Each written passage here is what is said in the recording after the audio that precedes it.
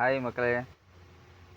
இப்போ என்னென்னா, நம்ம அறநிலையத்துறை அமைச்சர் வந்து பார்த்திங்கன்னா, திருச்செந்தூரில் ஒரு மாறு வேஷத்தில் போயிருக்காராம்மா. ஒரு டிஷர்ட் போட்டுட்டு அங்கே வந்து இந்த ஸ்பெஷல் தரிசனம் சொல்லிட்டு காசு வாங்குறாங்க அப்படின்னு சொல்லிட்டு பார்க்குறாங்க. கடைசியில் பார்த்தா அந்த அமைச்சர்கிட்டையே வந்து 4000 லஞ்சம் வாங்கியிருக்காங்க.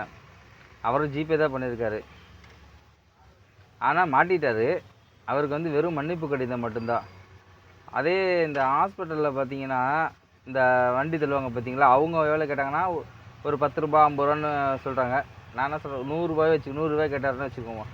100 ரூபாய் கேட்டாலும் லஞ்சம் தான், 4000 ரூபாய் கேட்டாலும் லஞ்சம் தான். ஆனால் அவங்களுக்கு பணியிடை நீக்கம். இத்தனைக்கும் அவங்க வந்து ஒரு கவர்மெண்ட் ஸ்டாஃப் கிடையாது, கான்ட்ராக்டில் வேலை பார்க்குறது தான். அவங்களுக்கு எவ்வளோ சம்பளம் இருக்குன்றது உங்களுக்கும் தெரியும்.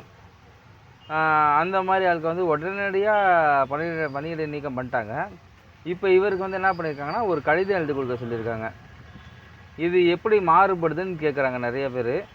அதாங்க சொல்கிறேன், ஒரு சின்ன நூல் வித்தியாசம் பட்டுதாங்க. அந்த நூல் வித்தியாசம் இருக்குது பார்த்தீங்களா, அதனால தான் அவருக்கு வந்து பணியிடை நீக்கம்.